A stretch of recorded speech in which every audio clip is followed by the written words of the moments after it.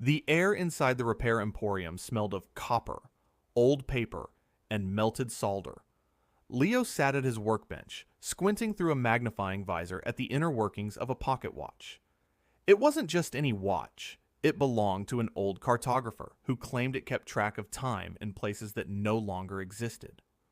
Leo picked up a pair of brass tweezers, carefully lifting a gear that was shaped less like a wheel and more like a 5-point star. The moment the gear cleared the housing, the ticking stopped. But the silence didn't stay silent. From somewhere deep within the shop's labyrinth of shelves, a low, rhythmic humming sound began. It wasn't mechanical. It sounded like a choir singing a single sustained note from miles away. Leo pushed his visor up onto his forehead and stood up. The floorboards vibrated slightly beneath his boots.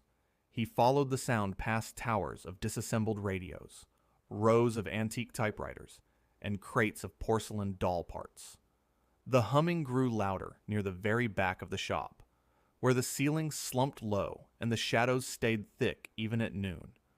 There, resting on a velvet cloth he didn't remember placing there, was a heavy brass compass. Its needle wasn't pointing north. It was spinning slowly, tracing a lazy circle, glowing with a faint, iridescent blue light. As Leo approached, the needle snapped to a sudden halt, pointing directly at the eastern wall, straight toward an old, boarded-up doorway that hadn't been opened in 50 years.